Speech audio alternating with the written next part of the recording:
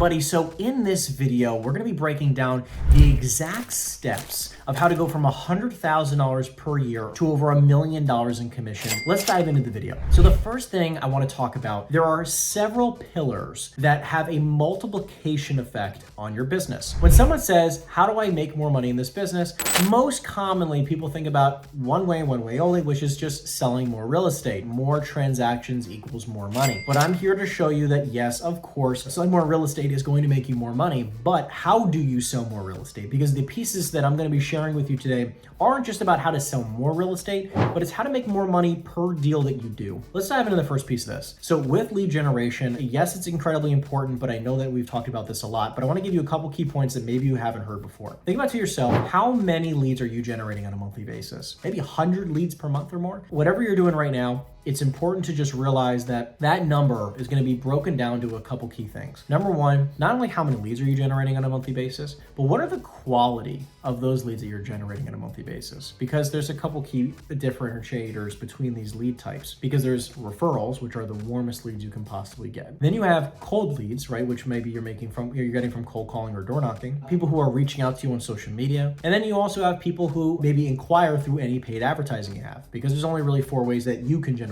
business personally. Cold one-to-one, which is you cold calling, you door knocking. Cold one-to-many, which is you paying for advertising of some sort. Warm one-to-one, which is you calling up your past clients, your current clients, your network, your sphere of influence, your database, right? People you've already spoken to, have some type of relationship with, and asking for referrals. And then warm one-to-many, which is you posting on social media. There's only really 4 ways that you personally can be generating leads. You choose any one of those and you're generating some leads. You want to break it down. It's like, okay, yeah, look, I generated 50 leads this month. Cool. Well, are they all cold? Are they all from paid advertising? Or are some of them referrals? You really need to boil that down and break that down a little bit, because the type of lead is important too. Because if you're generating 50 leads a month and you are only closing maybe 1 deal a month because you're making $100,000 a year, each deal you're making 10 or 12 and a half grand, right? It's $500,000 deal as an example, 2.5%, it's $12,500 per deal. In that instance, you're closing a deal a month, it's about 150 grand a year at $12,500 per commission, or 120 at a 10 grand commission. What's interesting is this: if you're generating 50 leads a month and you're only closing 1 deal, what that tells me is that typically too many of the leads that you're generating are from cold leads. A lot of it has to do with conversion, and your conversion is going to be a lot lower when you're dealing with cold leads versus warm leads. And a lot of my training and all the training I do throughout all my programs is specifically on these few things. But I want to dive a little bit deeper on lead gen here, because I think it's incredibly crucial to point out. Number one is how many leads you're generating and where those leads are coming from. The second thing is, if we think about how to improve your business just about lead generation, if we just talked about lead gen and saying, how do I make more money just based on my lead generation, we're going to come down to a couple key things. How can I increase the quality of leads? Also, what if we said, how can I increase the number of leads that you're generating on a monthly basis? If you're doubling the amount of time that you spend on prospecting and lead generation activities, you're probably going to double the amount of leads that you generate. Now we're just talking about how to generate more leads. So it's either you spend more time prospecting, you improve your skill set in the prospecting that you're already doing, right? So hypothetically, if you're cold calling, you're going to enhance your ability of conversion, right? We're talking about specifically about generating leads. So this is the conversion of when you're cold calling or door knocking or speaking to people and they're not giving you a lot of referrals. How can you enhance your ability, which comes down to scripting? So you can either not change your ability at all, and you can just stay the same with your skill set, your level of skill set, and you could just double the amount of time that you're prospecting, and you're still going to generate more leads. Or you could do both, right? You can double the amount of time you're spending on lead gen, and you can also enhance your ability on the phones, which means just overcoming objections, using your closing statements more, allowing you to enhance your ability on the phone, right? There's a lot of different things you can do, which is practice your tonality, practice your rate of speech, practice your scripting, role play a lot more. This is going to allow you to generate more leads as well. Very early on in my career, I just focused on cold calling. Like, that was the only thing I did, period, end of story. And I just became the best in the freaking world at it. But the second thing, which is also equally as important, which is go into one of the other core four. So if you're only doing cold calling or door knocking, how can you also add posting on social media? How can you also add you're calling your current clients, your past clients, your sphere of influence, your database, your professional partnerships? How can you also be building those lists? How can you also maybe be looking into paid advertising, right? Go into one of the other categories on the core four list. So instead of just focusing on that one, you're also focusing on the other pieces, which is why I think that what you should do is you first, in the next 30, 60, 90 days, you just get really, really freaking good at your one thing. That's just lead generation. We have a lot more to dive into. Next piece of this is lead conversion. With lead conversion, there's a couple key things that are going to enhance it more than anything else. And the first thing I want to talk about is that lead conversion is essentially better follow-up. If you're thinking about lead conversion, how do I enhance my lead conversion? Well, enhance your follow-up systems. When we're talking about follow-up, there's a few things that come to mind. Number one, do you have a system in place for follow-up? Like, are you actually doing any type of follow-up? And if the answer is no, then we need to start there. But if the answer is yes, what does that actually look like? If you're just making calls, only 2% of all deals, all sales are done on the very first contact. That means the other 98% of all sales are done through follow-up. What I recommend is that with the lead gen, you're doing that from either 8 to 12 or 9 to 12 or 9 to 1, right? Like 3 to 4 hours a day, and you do it right in the beginning of the day. Now, with the follow-up, it's right afterwards. So that means from 8 to 12, you do your prospecting. That means 12 to 1 or 12 to 2, depending on how many leads you have. You're going to be spending a lot of time on follow-up, which is following up with all those leads and touching base with them again, connecting with them again, starting to build a relationship with them. That's what this is all about. If you want to enhance your follow-up, there's only a few ways that you can do so. So when it comes to follow-up strategies, what I recommend is typically the following. Number one, you can increase the speed in which you follow up, which is the speed in which you have the first conversation to the next conversation. You can close that gap, the speed in which you connect with somebody. So if they say, call me back in 30 days, you can call them back in 2 weeks. Okay? If they say, call me back in 2 weeks, you call them back in a week. You want to condense that time frame because, again, you're not the only person who has their phone number. Second piece of it is increasing the frequency in which you contact somebody. The frequency is not only that you're condensing the speed, but it's the amount of times that you're now connecting with that individual. Because the third thing, we were trying to just talking about this, is modes of communication. How can you increase the modes of communication with this individual? When you're reaching out to somebody, a lot of you go, I'm just texting them to follow up with them, or I'm just going to shoot them a DM. It's call first 100% of the time. Then 100% of the time, leave a voicemail. Then send a text message follow-up. Then send an email follow-up. And send them a handwritten card. And add them on social media, which will be an awesome next communication, another mode you can add. But it's not instead. You go through that all of them at the same time. So I call you, and if you don't answer, I leave you a voicemail. And then I send you a text message and an email 100% of the time, every single time. Hey, it's Henry, just was reaching out to you as I promised I would. This is just about enhancing your follow-up strategy. And if you're wondering why also your follow-up maybe is not where you want it to be, I'm gonna say two things real quick. Number one, you're not generating enough leads. If you have 100, 200, 300 leads a month that you're generating, you have a lot more to follow up with. But if you have 4 leads a month you're generating, you just don't have enough to follow up with. And you're wondering like, I'm not gonna call this person every single day. But you should be generating 50 minimum leads a month. I mean, come on. If you're generating anything less than 50, that's your key problem. Think about it. If you're only closing 1 or 2 deals on 50 leads, it's still halfway decent. But 10% of 50 is 5 closings a month. And you don't have to do hundreds of closings a month to make a fortune. But even just like 4 or 5.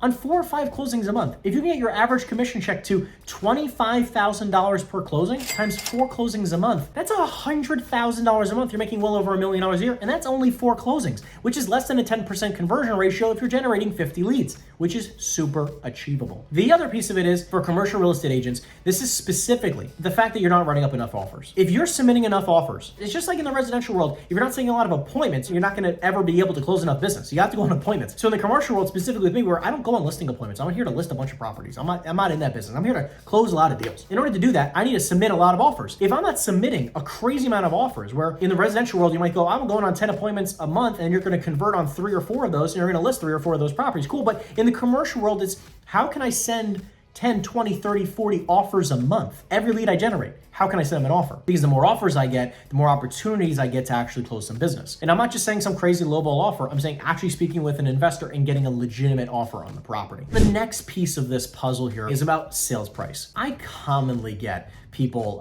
reaching out to me about, oh yeah, no, I just got my license. I want to, focus on luxury real estate, or I just got my license in the commercial world and I want to start focusing on huge industrial properties, right? 100,000 square feet and bigger. I want to share something with you. You're on the right track. I do believe in focusing on higher price points. However, it does not mean you just jump into selling $30 million properties. You absolutely can, but I would recommend joining a team who focuses on those types of properties so you can get experience, get some deals underneath your belt. But the one thing that nobody explains to you is that those deals, on the commercial side specifically, take a long freaking time. If your average sales price right now was $500,000 at an average of, let's just say, 2% commission for really easy math purposes. Let's just say 2% on 500 grand. That's 10,000 bucks. However, if you can work on getting your average sales price up to 2% of 750 grand, okay? Where your average sales price is now 750 grand, okay? Instead of 500, it's now 750. You worked really hard and you start prospecting a little bit higher price points at 2% commission, that's $15,000. per deal. So that means if you did nothing, you did absolutely nothing different, and all you did was start prospecting a little bit higher of a property, you went from you're still doing 2 deals a month. Let's just say you're doing 2 deals a month at 500 grand, which was $10,000 times 2, which is $20,000 a month. You're making 240 grand roughly a year. Let's say you got your average price point to 750 grand, which brings you to $360,000 a year. So you did nothing different. Your lead generating the same, the follow-up's the same. The only thing you changed was your average sales price was 50% higher. You know that you're gonna make 50% more money if you just change that one thing. It comes down to a few key things. And my first thing I always like to talk about is what you prospect, you will sell. If you're prospecting for homes right now of $200,000 or commercial properties that are $1 million in a certain area, then there's only a few things you can do. Expand the asset classes you start prospecting. In the commercial world, this means you go from industrial properties only to multifamily, strip centers, land deals, everything. You start expanding a little bit. And expanding also in the asset class. So instead of only calling up to 10,000 square feet, you start doing 20,000, 30,000, 50,000, 100,000 square foot properties. That being said, they're gonna have secretaries and administrative assistants and VPs that are gonna be in the way of you getting a hold of that ownership. It should be more difficult to get on the phone with larger and larger property owners. So just realize that's part of the game, and getting them on the phone is the game. And you can also go larger geographic areas. I sell the entire state of New Jersey because I want to sell larger price points. So I can't just sell in one freaking town. That doesn't make any freaking sense. It doesn't even make sense to focus on a county because there's not enough property transactions within one county to make a lot of money. I got to expand. It's also, this is the second piece of this, who you spend time with. Because if you're spending time with people, like your average investor that you're talking to right now, $500,000 in the bank, they're probably not buying $20 million deals. If the average investor you're speaking with is typically, has only bought properties that were 500 grand or $2 million, they're probably not gonna be ready to buy a $20 million deal. However, you start enhancing the people you spend time with, you're gonna be able to sell larger and larger deals because they spend time with people who do bigger deals. Point number 4, increasing the average commission. Now let's dive into the math a little bit. When you focus on commissions, let's go back to that $500,000 example. You go from 2% at $10,000. So $500,000 deal at 2% commission is $10,000. Now let's just say on every single deal, instead of an average of 2%, you're averaging 3%. By the way, my team averages 4.5% on every deal that we do. Let's just say my average is 5% as an example, just for a quick number's sake in this video. That means if you're doing a $500,000 deal at 2%, which is 10 grand, my average is 5% on the 500,000, which means my average net commission is $25,000 on that same deal. So that means if we both did 2 deals a month, you made 10 grand times 2, that's $20,000. I did $25,000 times 2, which is $50,000 for the same effort. I'm making $600,000 a year and you're making $240,000 a year. And we do nothing different other than I'm just a master negotiator, which is gonna be one thing we talk about today. What happens here, and there's a couple ways you can control your commissions. Number 1, you only prospect for sellers because whoever is the listing agent, as an example, or whoever's controlling the seller controls commissions. That's number 1. So you always want to be prospecting for sellers when you're direct to seller and you're direct to buyer, which is point number 2. You want to be direct to both parties, which means you're double ending a large majority of your deals. And if you're double ending a large majority of your deals, you're of course going to make more money. And the key piece here that my team prides ourselves on is we find really, really good deals for our buyers. The deal makes so much sense. A buyer doesn't care how much money we get paid, and a seller typically isn't going to care what we get paid as well. When the seller says, hey, listen, I want to make this much money, and then the buyer's willing to pay X amount more, guess what? You're negotiating a spread here. And instead of wholesaling it, I don't wholesale it. I just make sure that I'm gonna make a 6% commission. And if I talk to a seller and say, hey, so if I got you an offer of $2 million, would you be totally against paying me a 6% commission? No, I want $2 million. So I've negotiated a fantastic deal for my buyer. This is how I went from $137,000 in 2017, 16, something like that, to making over $1 million a year repeatedly for the last few years in a row. We're now generating over $2 million a year in commissions with ease. The last piece about this is building a team of people who do exactly what we just talked about. I would recommend that you are the top producer for quite some time. Like, I don't rely on anybody. I mean, we have a great, we have a great sales team. They do a great job. They really do. I'm really proud of them. I still want to be the top producer. I still want to out-earn my entire team all the time until I have a team of like 50, 80, 100, 200 people. I still want to be one of the top salespeople for quite some time because I want to make a lot of money. I don't want to rely on that because what a lot of people do is they're making 200 grand a year. You're a salesperson making 200 grand a year and you bring on a salesperson and you're like, oh, I'm going to spend all my time getting this salesperson to grow bigger than I am. That doesn't make any sense. Just get yourself from 200 to 700 grand and bring on a person who can add an extra 100 to 200 to 300 to your top line revenue because all that should be profit as well. And eventually you can bring on more operational talent. This way they can help you really scale the team. I mean, that's where I'm at, where I'm bringing on operational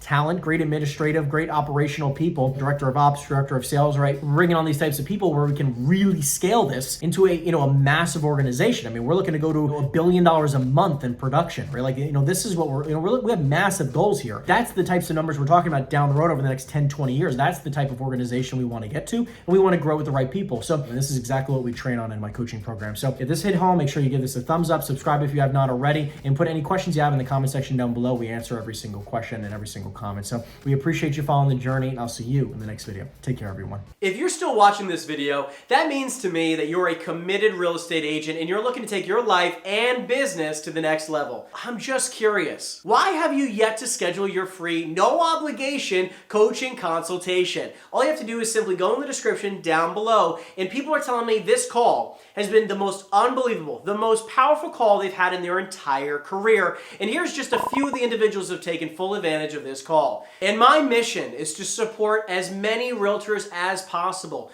build a 6- and 7-figure net income business so that they don't have to rely on this industry anymore for their everyday income. If you're a committed realtor, which I can seem like you are, all you have to simply do to take full advantage of this free coaching consultation is to go in the description down below and schedule your free call now.